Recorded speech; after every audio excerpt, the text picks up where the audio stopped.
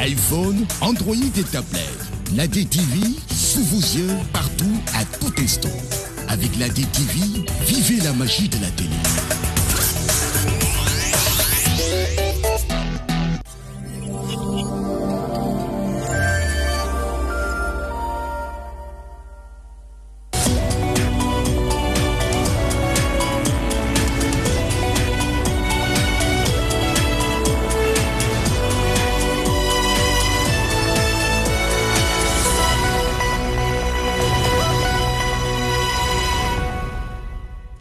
20h sur DTV, le journal et ses titres.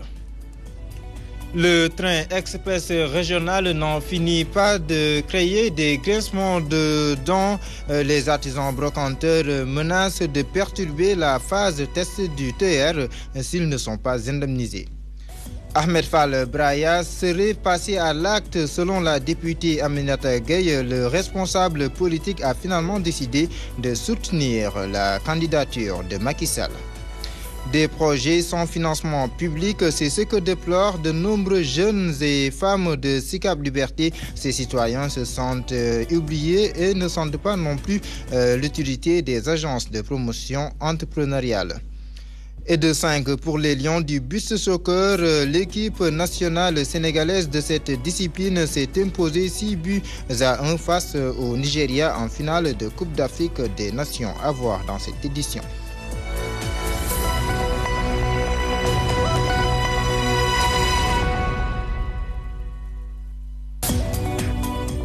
Bonsoir. Les artisans et brocanteurs de Colobane menacent de perturber la phase test du train express régional s'ils ne sont pas indemnisés. Ces travailleurs avaient décidé ce matin de déposer au niveau du siège de l'APIX la liste des leurs qui ne sont pas encore indemnisés. Après dépôt, les policiers ne les ont pas laissés faire face à la presse. Dans la foulée, le secrétaire général de l'association a été arrêté puis libéré dans l'après-midi. Ndeye Fatim Lo. Après avoir déposé la liste des artisans brocanteurs qui demandent une indemnisation, ils devaient faire une déclaration devant le siège de l'APIX. Mais c'était sans compter l'intervention des policiers. Artisans, brocanteurs et journalistes sont sommés de quitter les lieux. Aujourd'hui, on était simplement venus pour déposer la liste.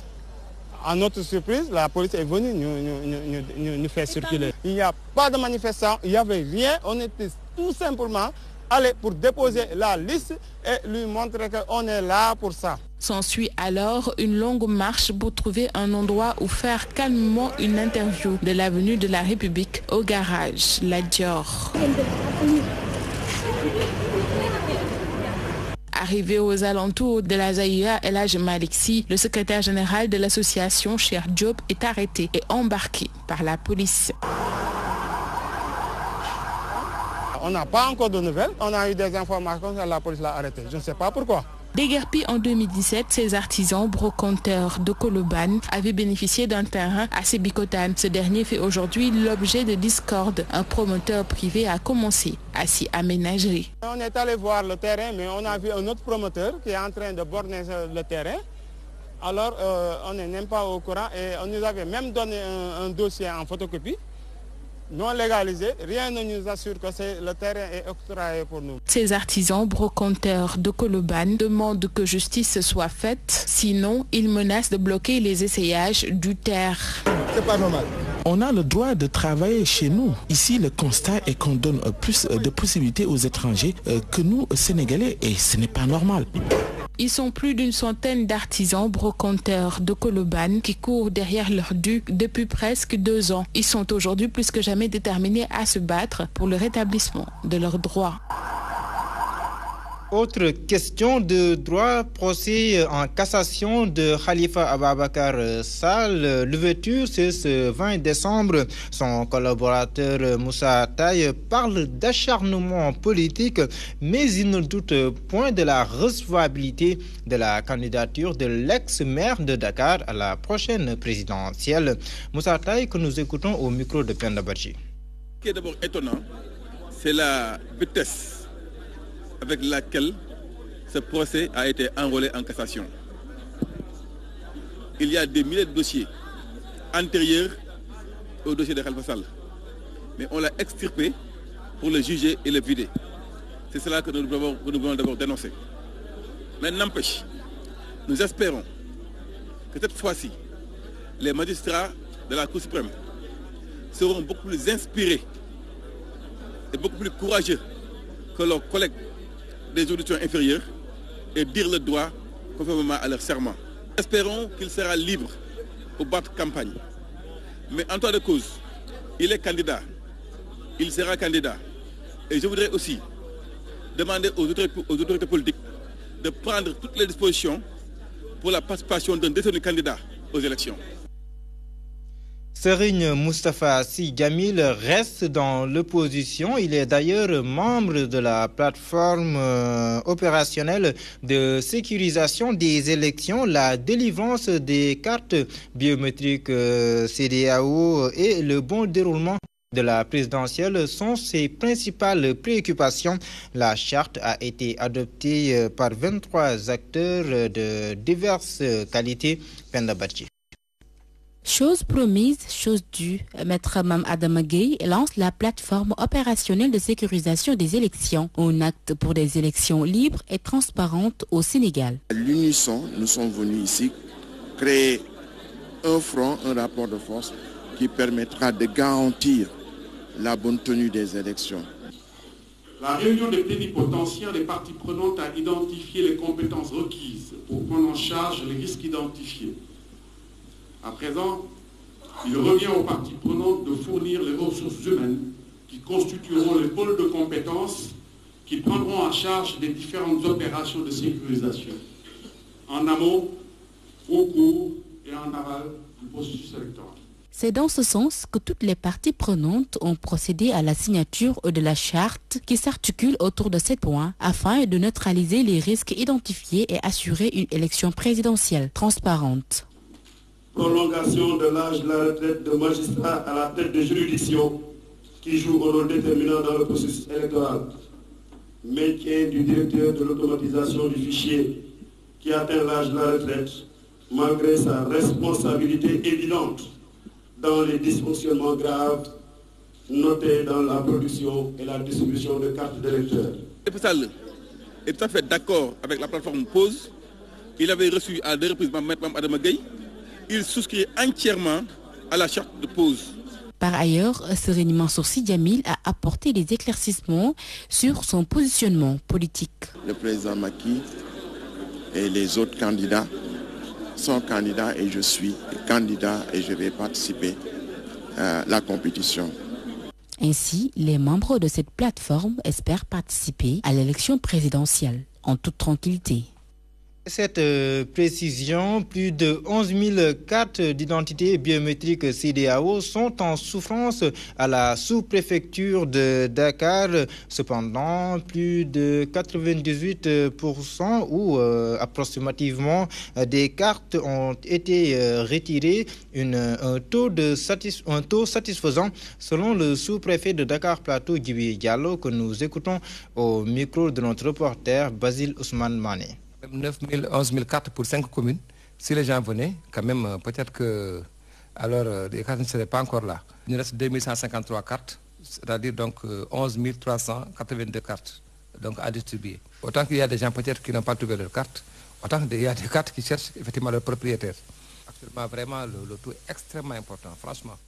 Le PDS reste insensible à la déclaration du ministre de l'Intérieur qui disqualifie la candidature de Karim Wade. Les carottes sont d'ores et déjà cuites pour Karim Wade. C'est ce que soutient l'analyste politique Mamadou Lamine Meng. Ses propos sont sans embâche. Karim Wade ne pourra pas se présenter à la prochaine présidentielle. Des propos que refute catégoriquement le responsable du PDS, Galotal Kodenyaï, pour plus de détails. La situation au PDS reste toujours confuse à moins de 3 mois de la présidentielle de 2019, à quoi joue le pape du SOPI. Ce spécialiste en communication et analyste politique explique. Moi je crois qu'il y a 2 choses que Abdoulaye Wade ne veut pas veut maîtriser. C'est d'abord le parti politique PDS, qui est sa propriété. Et il y a un patrimoine qui va avec le parti. Il y a le siège du parti, il y a peut-être beaucoup d'autres actifs que nous ne connaissons pas.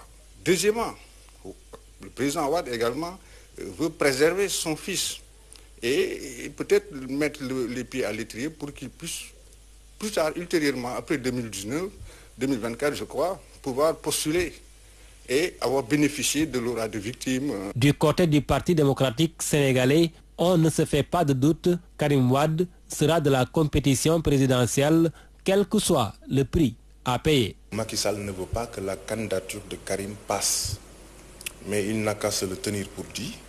Il ne pourra absolument rien. Il ne pourra pas empêcher Karim de briguer les suffrages des Sénégalais. Il ne pourra pas empêcher à Karim de recevoir en bonne et due forme sa carte nationale d'identité avec les données électorales au verso. Il ne pourra rien. Karim arrêté à la descente de l'avion, ça veut dire arrêter la moitié des Sénégalais. Parce que tout le monde sera à l'aéroport pour l'accueillir. Et s'il arrête Karim Wade, disons qu'avant Karim Wade, il arrêtera beaucoup de jeunes. Il aura la surprise de sa vie. Pour l'analyste politique, Karim Wade n'a pas accompli un travail en amont pour prétendre sortir victorieux de la prochaine présidentielle. Je ne vois pas comment M. Karim Wade, fils, comment il pourra gagner cette élection dans 2 mois alors qu'il n'a pas... Il ne connaît pas le Sénégal, il n'a pas fait de campagne, de pré-campagne. Les gens font le travail derrière lui. Je ne crois pas qu'on en soit là aujourd'hui au Sénégal, qu'il débarque et qu'il gagne facilement l'élection. Question, quel scénario pour le Parti démocratique sénégalais si toutefois la candidature de Karim Wade ne passe pas? On ne peut même pas parler de boycott à ce niveau. C'est-à-dire qu'ils n'ont plus de candidat. Si leur candidat n'est pas validé, leur candidature, si ce n'est pas validé par le Conseil constitutionnel, c'est qu'ils n'ont pas de candidat. Ils seront obligés en ce moment-là de soutenir un autre candidat. Mais qui sera ce candidat? Qui aura bénéficié de la fatwa ou bien du ndigal du président Wade? Ça, c'est toute la question est là. Je dis on a 2 plans, non. Le plan B qui signifie la bataille et le plan C qui signifie le combat. Avec un seul dénominateur commun politique. On mènera une bataille politique, on mènera aussi un combat politique. Parce que nous savons tous que ce que sous-entend, c'est la politique. Et nous allons la mener bien. Plus on s'approche de la présidentielle, plus le PDS met la pression sur le pouvoir. Un pouvoir qui, selon les libéraux, est plus que jamais déterminé à écarter leur candidat. Ahmed Fall Braya aurait quitté le PDS pour soutenir le candidat Macky Sall à Saint-Louis. C'est avec beaucoup de satisfaction que cette nouvelle est accueillie par la députée Aminata Gueye. À Saint-Louis, nous rejoignons notre correspondant sur place, Gambi Diagne. Le président de la nouvelle force économique du Sénégal, Ahmed Fall Braya, a décidé d'aller soutenir la candidature du président Macky Sall pour la prochaine élection de 2019.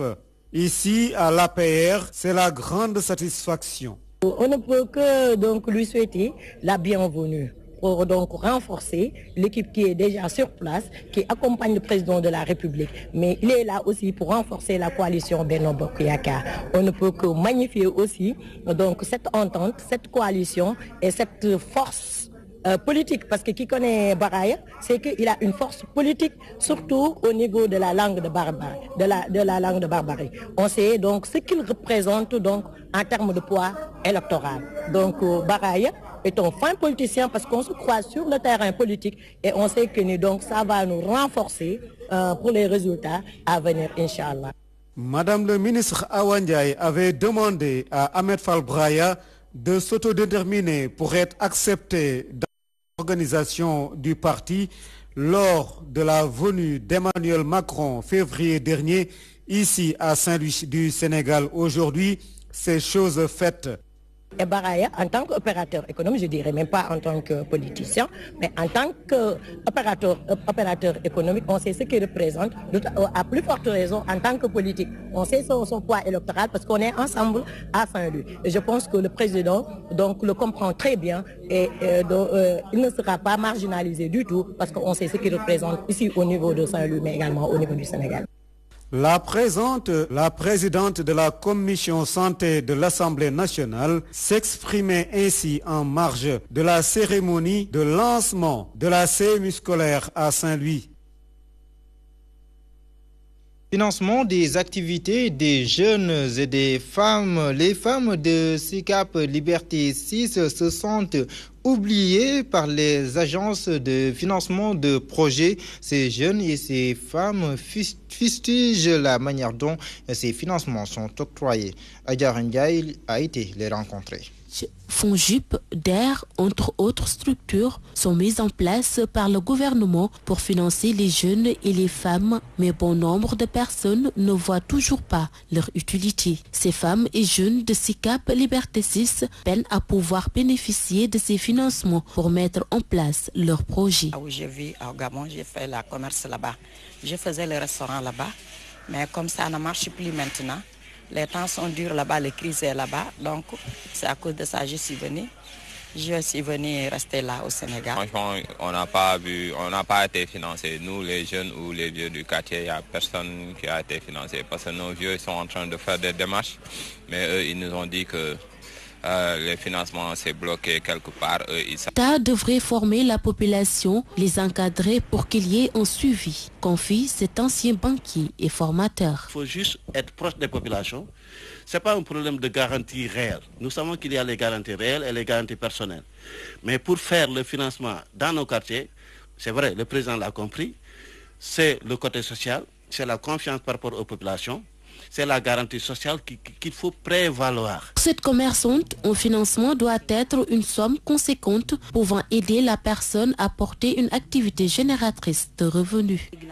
J'ai entendu des financements 30 000, 50 000, 100 000. Ce n'est rien du tout. Le bénéficiaire, il va juste payer ses dettes et c'est fini. Mais si on vous donne une somme conséquente, vous pouvez faire quelque chose avec. Baba Saro incite d'ailleurs les citoyens à avoir la manie de rembourser même si la somme est dérisoire. Ce n'est pas de l'argent qu'on doit donner gratuitement. Les populations aussi doivent savoir que cet argent-là, ce n'est pas des fonds politiques qu'on donne gratuitement. Même si on vous avait donné ces fonds gratuitement, vous avez le devoir d'utiliser ces fonds à bon escient. D'ailleurs, ces jeunes hommes et femmes entrepreneurs exhortent les autorités à élargir ce marché de financement. C'est nous les femmes qui gérons les maisons, donc il faut qu'on nous aide parce que nous ne voulons plus être une charge pour les hommes. Nous préférons travailler pour subvenir à nos besoins et faire avancer le pays. Le Sénégal, c'est pour tout le monde, c'est pas pour une minorité, c'est pour tout le monde. La plupart de la population fustige toujours la manière dont les financements sont octroyés. Même si l'encadrement et le suivi ne sont pas mis en place, ces citoyens se disent prêts à porter leurs projets. Pendant ce temps, les jeunes de la Médina investissent les champs grâce à une initiative du ministre des Transports aériens et du développement des infrastructures aéroportuaires. Maimouna Ndoye Seck a mis sur pied des fermes Natangué, une manière de prôner l'exode urbain. 20 parcelles de 100 mètres carrés mises à la disposition de ces jeunes pour faire face à la lancinante question liée à l'emploi des jeunes. Mansour nous explique. Visite de terrain dans les fermes Natangué. L'exode urbain devenu une réalité au Sénégal grâce à la vision éclairée et futuriste du ministre des Transports aériens. Maimouna Ndoye Seck s'investit ainsi pour une inclusion financière, conformément aux directives du chef de l'État, le président Macky Sall. Travaillez, prenez de la peine. Un trésor est caché dans cette ferme. Je ne connais pas l'endroit, mais un peu de courage vous le fera trouver. Remuez votre champ, creusez, fouillez, bêchez, et ne laissez nulle part où la main ne passe et repasse. C'est le message que je vais vous laisser, puisque vous avez entre vous un outil qui vous permettra de faire énormément de choses. Natangué semble donc venir à point nommé. L'initiative. Andar wax Madame le ministre, si tout le monde faisait comme toi, je crois que le président n'aurait pas besoin de faire campagne.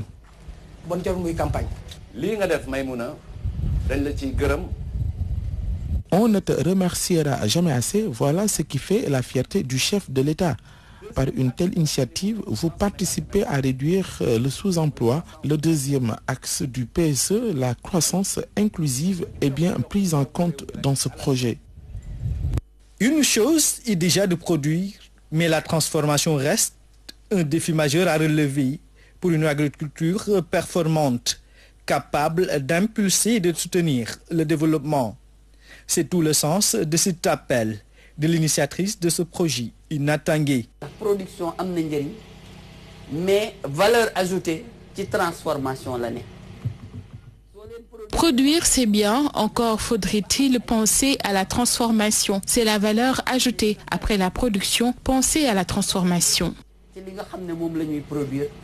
Au cours de cette cérémonie, les réalisations du chef de l'État, le président Macky Sall, dans le domaine agricole ont été passées au crible.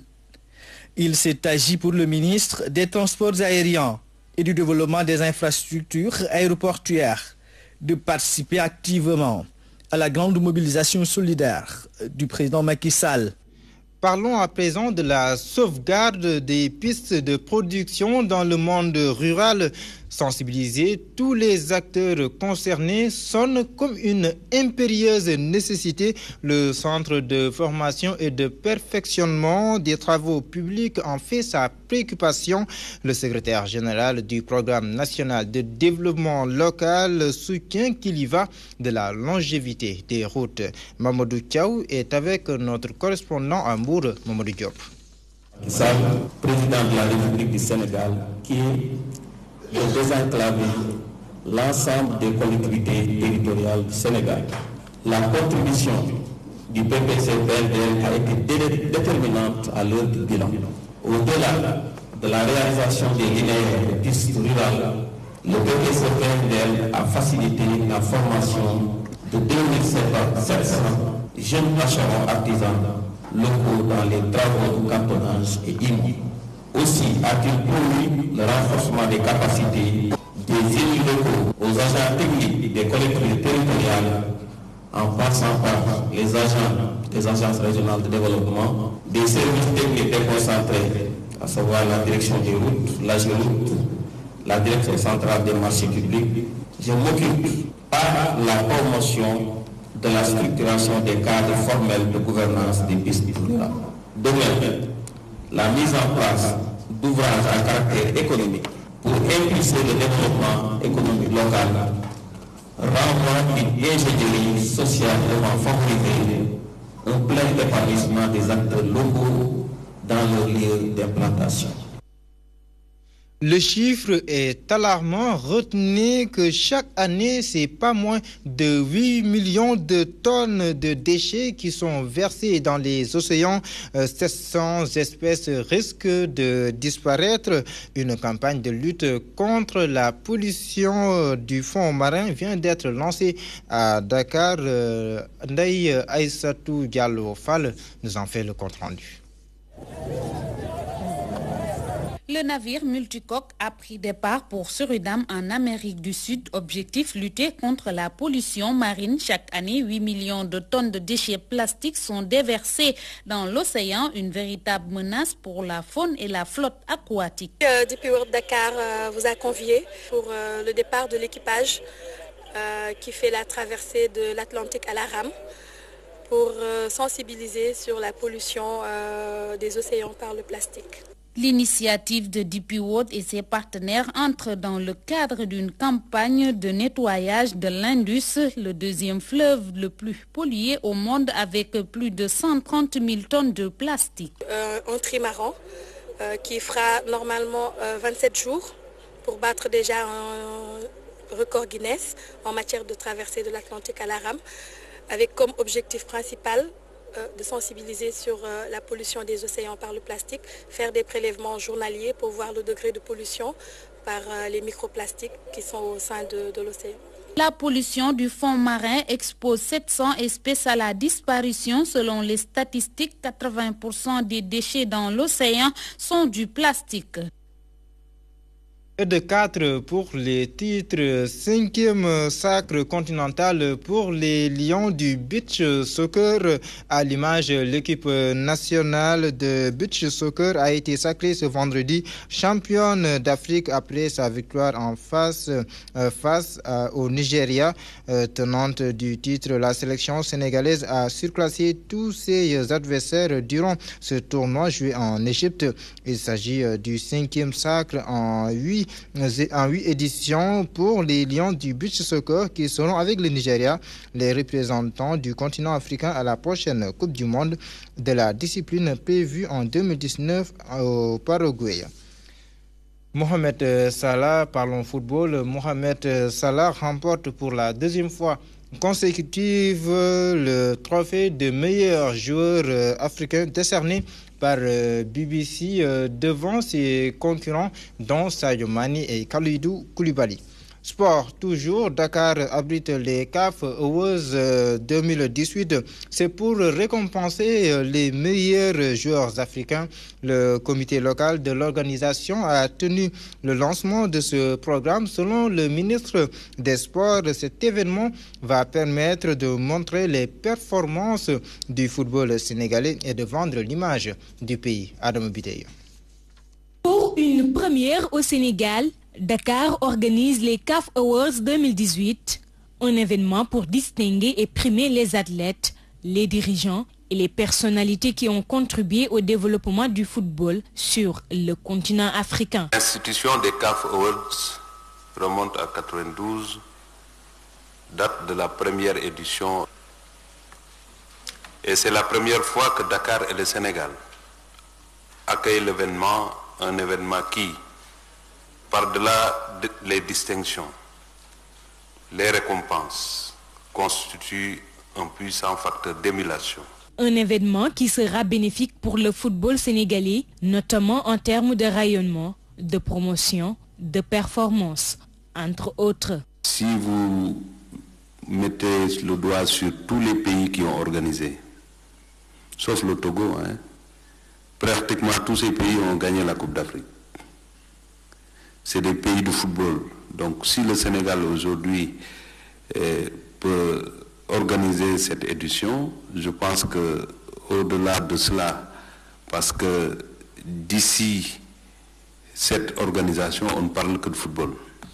Avec l'engagement du chef de l'État, un budget qui tourne autour d'1 milliard est mis sur table pour l'organisation de cet événement. À la demande de la Confédération africaine de football, que son Excellence M. Macky Sall, le président de la République, a pris la décision d'accompagner l'organisation de l'édition 2018 à Dakar en acceptant de prendre en charge l'essentiel des frais liés à l'organisation de ces CAF Awards. 1,6 million, je pense, de dollars qu'il fallait mettre à la disposition de la CAF. C'est environ 1 milliard. Ce programme se tiendra du 7 et 8 janvier prochain pour connaître le lauréat 2018 consacré aux meilleurs joueurs africains de cette année et 10 autres distingués dans le football africain. La culture à présent, Terroir, c'est le titre du nouvel album de Coumba Gawlo Seck. L'artiste y met en exergue différentes sonorités culturelles sénégalaises. Coumba Gawlo Seck s'est par ailleurs prononcé sur les